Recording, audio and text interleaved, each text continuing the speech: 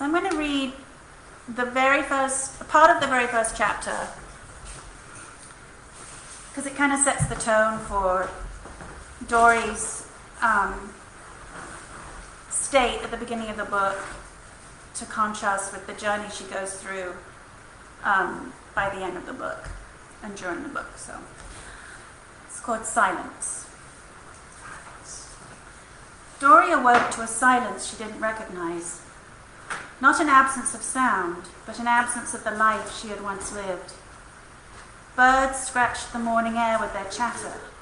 A branch tapped out Morse code on the window pane. Leaves rattled against the eaves.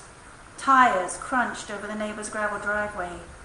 Staccato footsteps sounded against the sidewalk as a group of children walked to school, their shouts echoing off the concrete. But her own house was silent. There was a time when it had been filled with noise, when her first consciousness wasn't a feeling of loneliness and displacement. Morning noises used to greet her. Alarm clocks beeping, showers streaming, breakfast dishes clattering, voices scattering, doors slamming, locks clicking, the car engine fading into the distance. Now her life was distilled down to a chair in the front room next to the fireplace, where she escaped into pages written by strangers, and to her bed, which held the promise of dreams she sometimes forgot weren't real, even after waking. She climbed out of bed slowly, gauging the cooperation of her body, which reminded her far too often of her advancing middle age. Standing before the bathroom sink as she brushed her teeth, she tried to ignore the stranger looking back at her from the mirror with distaste.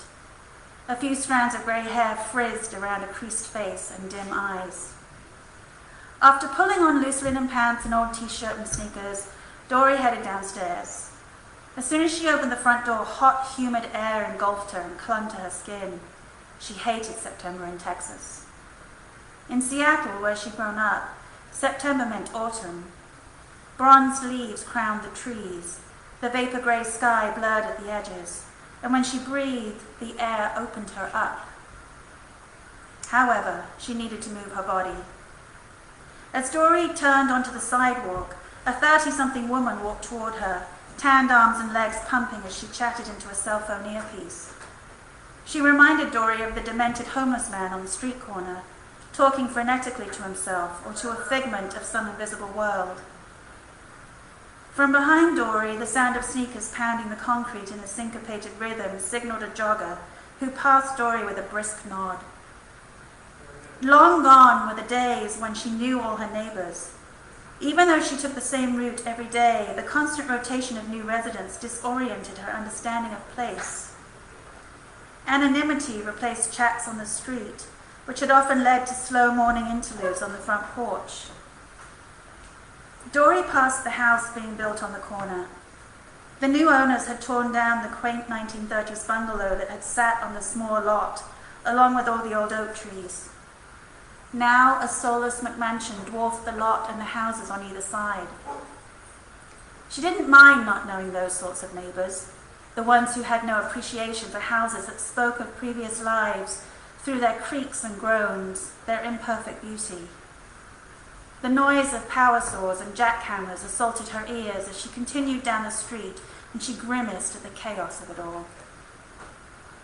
An empty stretch of sand suddenly entered Dory's consciousness, making her toes twitch for the grit and crunch of sand crust in place of the unforgiving concrete that she had to endure every morning. Frequent childhood trips to various beaches along the northwest coast had embedded in her a visceral connection to the sea that had stayed with her throughout her life. Dory longed to walk among scruffy sand dunes instead of these cramped urban streets.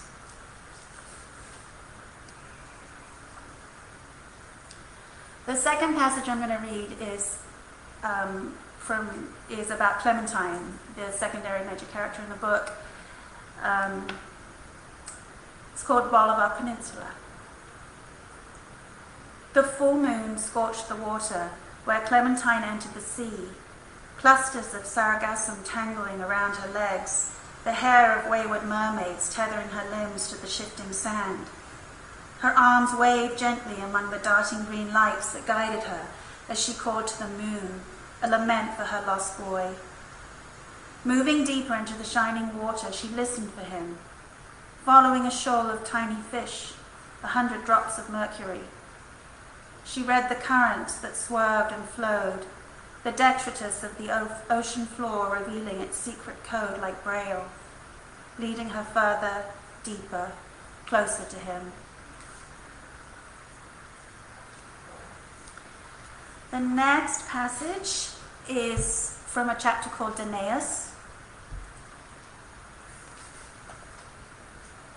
Clementine noticed something in her peripheral vision, a butterfly. She began to follow it, her eyes fixed. Up ahead, a coarse bush growing by the dunes displayed bright orange and black flowers, their petals ablaze in the morning light. Dory joined her, and as they drew closer, Clementine saw monarch butterflies, like hundreds of miniature stained glass windows.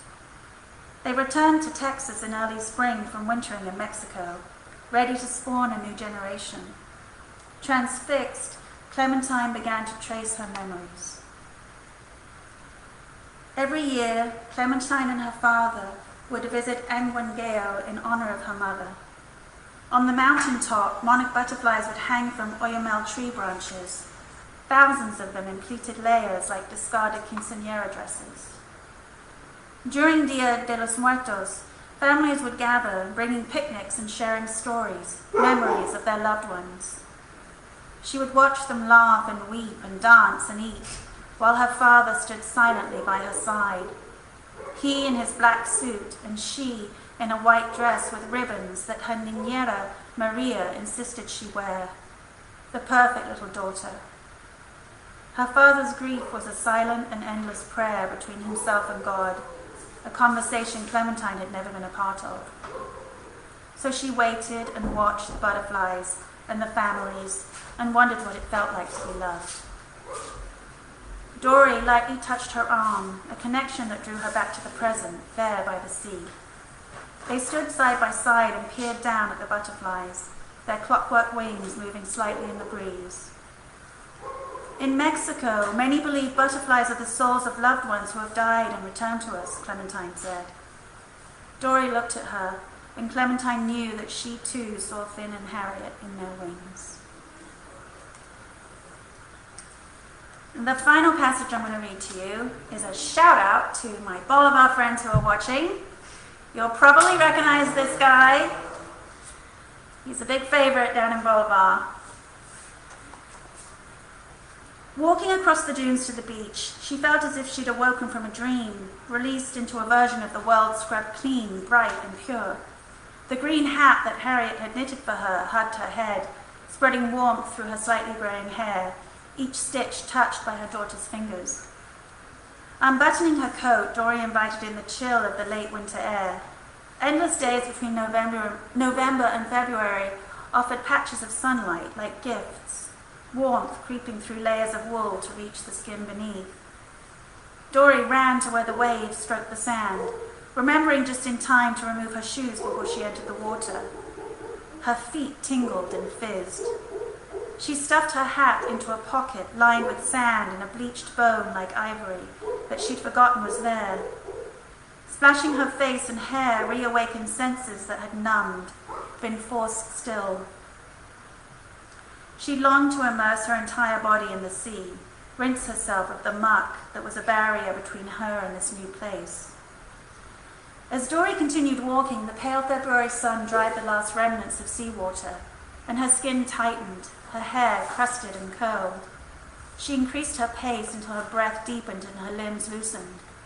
Spring was around the corner, and she held her face up to the sun in anticipation.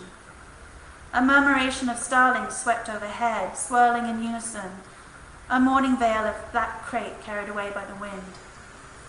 Drawing closer to the bridge at Rollover Pass, she slowed down. The strip of beach narrowed considerably and was more difficult to navigate. Up ahead, fishermen lined the man-made concrete walls to catch black-tipped sharks, brown shrimp and blue crabs carried by incoming tides from the bay, as well as freshwater speckled trout and hardhead catfish that rode the brackish outgoing tides. Dory remembered reading that Rollover Pass was named for the way smugglers would roll barrels of rum and whiskey over the narrow stretch of land during Prohibition, avoiding Galveston custom officers. A lone figure up ahead bent over a bulk of driftwood, like one of the ghost smugglers. He was wrapping a thick chain around a large tree trunk, his tall, wiry frame slicing the air. He dragged the end of the chain toward a black pickup truck parked between two dunes. Dory stopped and watched him, pulled in by his movements and the need to fill the air with shared words.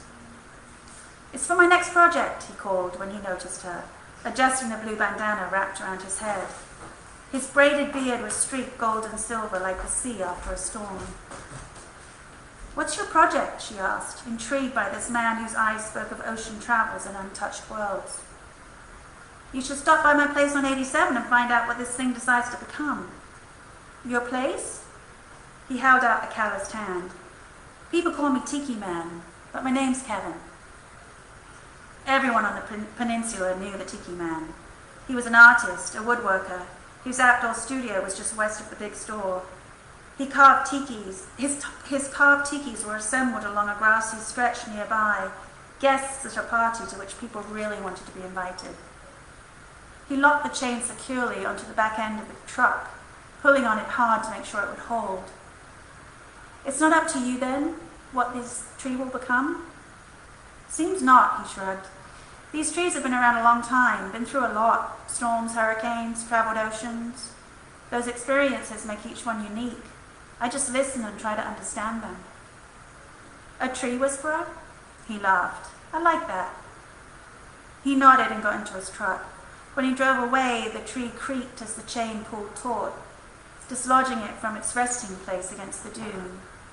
A gash left half the dune freshly exposed, moist sand darker than the surface layer, which collapsed in slow motion until it was a ruined heap. Dory turned to retrace her steps back to the house, hoping the figure that emerged under Kevin's hands justified the sand dune sacrifice. Now I'm going to introduce you to the lovely Kathy, who I am going to have a short conversation with, and then a quick Q&A afterwards. Before we start, I just want to put the trivia question out there. So the prize for this trivia question is an ebook of my book, which is especially exciting because the ebooks are out today, and you get instant gratification, so you can read it now. So here's the trivia question. The first one to answer it wins the book, and I will reveal the winners tomorrow. So name 3 specific real places or people in the book. Go.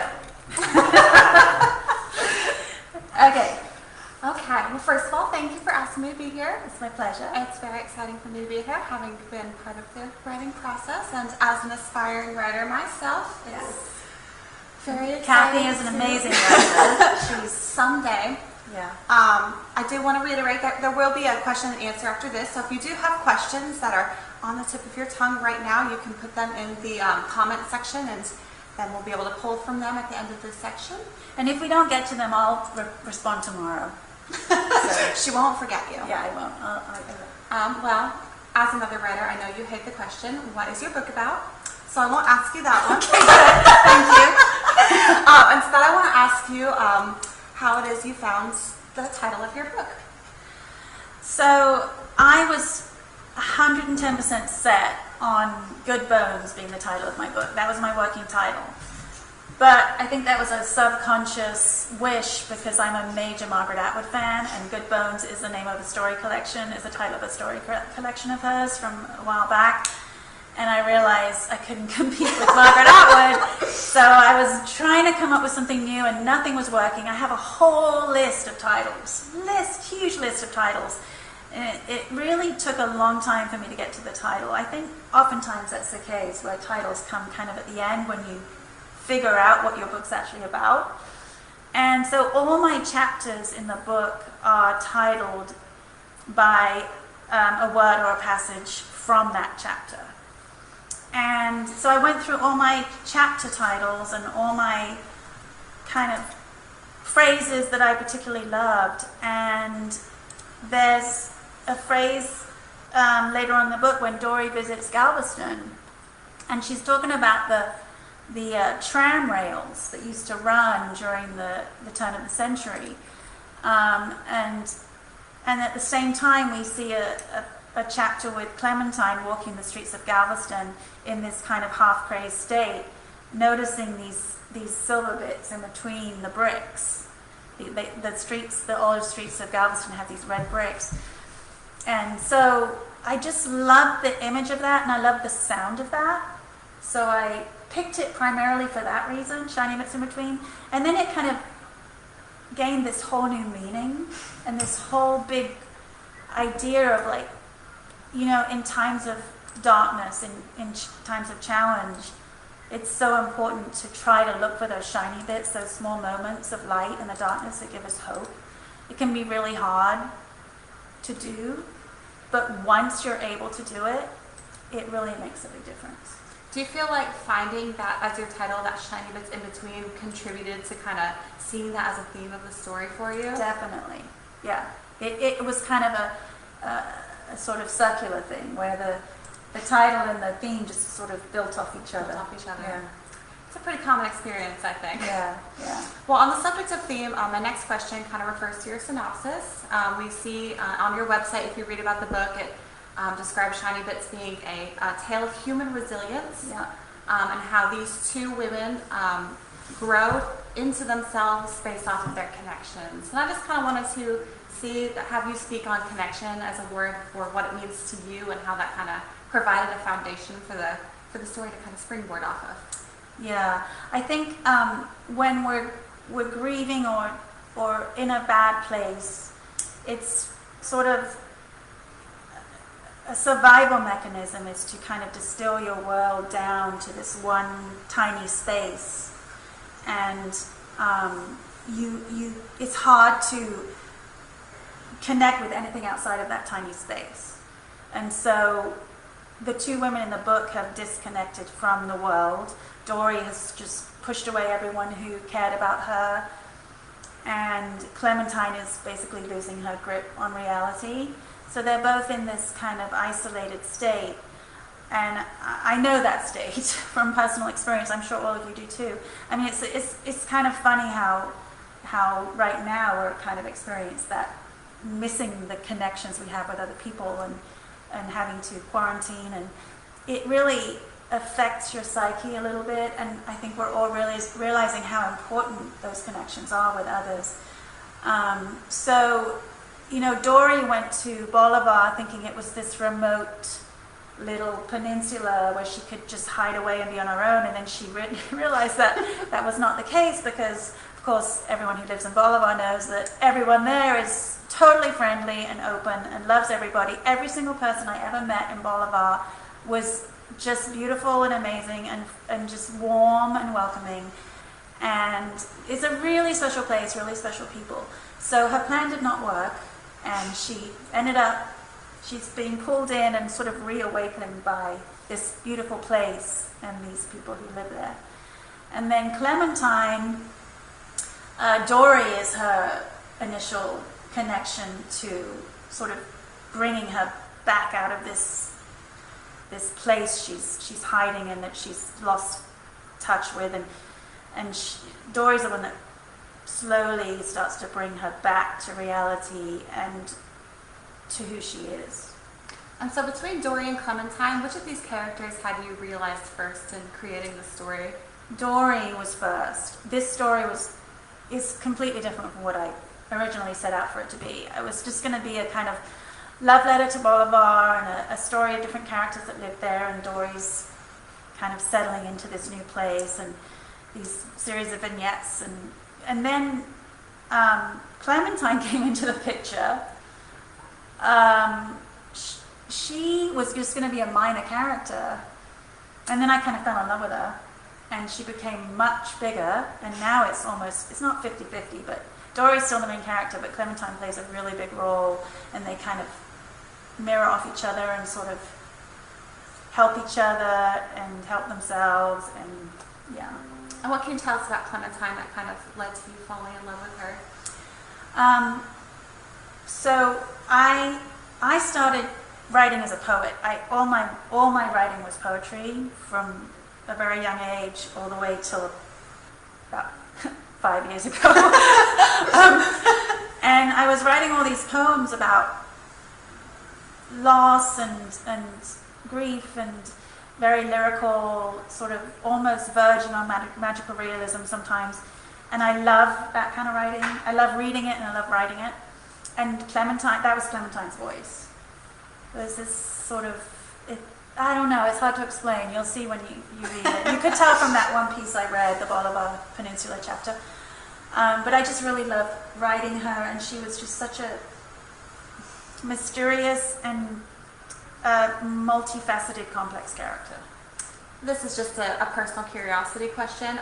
Would you say between Dory and Clementine, which do you relate to more? Oh, that's a really funny question. I've asked myself that a lot. It's both. That's the thing. There are different facets of me that fit both. And, the reason I wrote this story, the genesis of this story was two things really. My grandmother, who I was very close to, lost her daughter when she was quite young. And it was kind of this mythology in my family of Sheila who drowned, and we used to talk about her and my mom and my grandma, and it was this really, it resonated so strongly with me as a writer, and it was both of them were amused for me for years. And then my younger son had a really terrible health scare when he was 5 years old, and the fear of losing him, I just wasn't sure I could bear that. And I just I remember wishing my nan was still around so that I could talk to her about it. And so those two things, what was your question? Kind of merged together.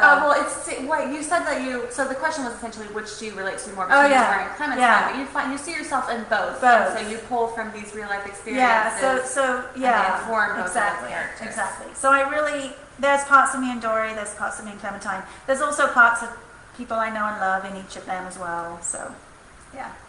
That's great. My next question is, I think a lot of people, when they sit down, they're ready to write their novel.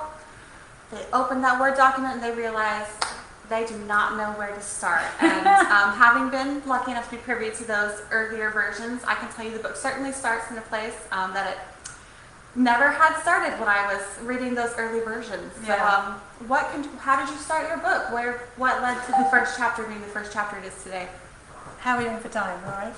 It's okay. So I love that question because I don't outline or plan my books. Well, I've only done one, but the way I did it was I just wrote scenes that I wanted to write that just kind of, I don't know, that I was inspired to write.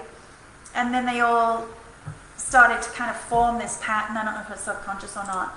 But it started originally with Dory finding the house, because I found my yellow house on Bolivar and fell head over heels in love with it and loved it and so much. And we actually lost it in Ike, and I was heartbroken.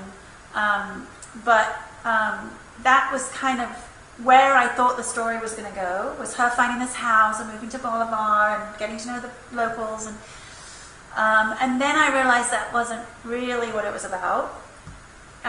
It was about a woman who has to sort of, how do you move forward after a life-changing tragedy?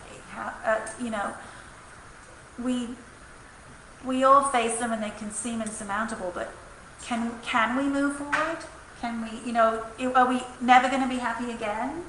Or can we glimpse those little shiny bits that give us hope to keep going? So that kind of became the opening of just Dory in this kind of shut off, isolated state, realizing when she gets the invitation to her ex-husband's wedding that he has moved forward and she definitely has not. And the sea calls to her and she goes there, and then she sees the house and realizes, you know what, I'm going to press my own reset button and see what I can do. but we're not sure if she's escaping and running away to hide more, or if she thinks she's starting over. You know.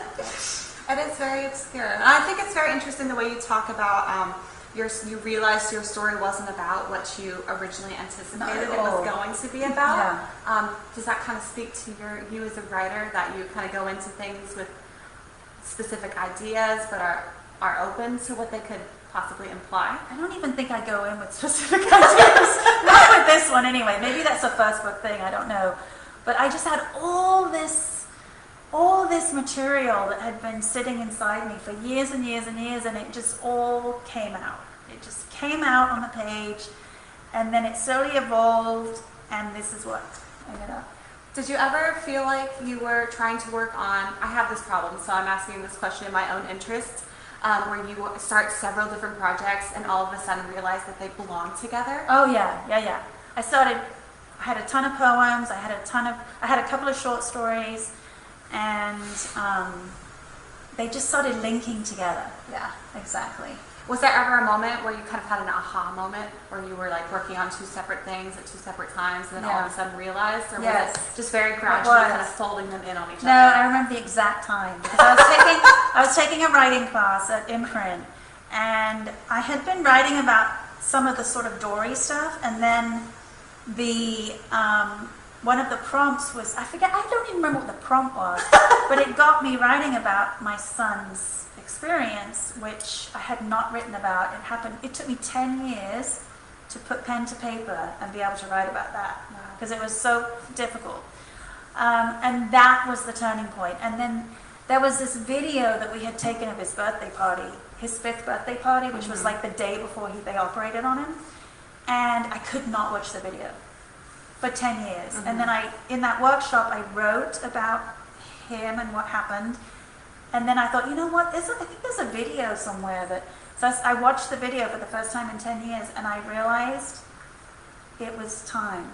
And it was such a catharsis for me to write this. Linked it all together for you? Yep. Wow. It just all came up. I love that. That's one of my favorite things, is those aha moments. Yeah. Quentin has told us we have reached our time limit. Are there any Q&As? Like, are you seeing any that we should? No. What time is it? What time? 7:30. Okay. So if you do have any questions about the book or what we talked about, feel free to put them in the comments. I will be watching the rest of the launch party, and I can answer some of them then and tomorrow. So right now, I think is time for Eben to do his one. He's the cover artist for my book, which is absolutely gorgeous, wonderful. And there's an amazing video of how it's like a process, like the sort of stop action video of the book cover. It's amazing. You should check it out. So bye for now. I'll come back on at the end of I think it's 8:45 or 9 to say a quick goodbye. But right now, over to Eben. Enjoy the show.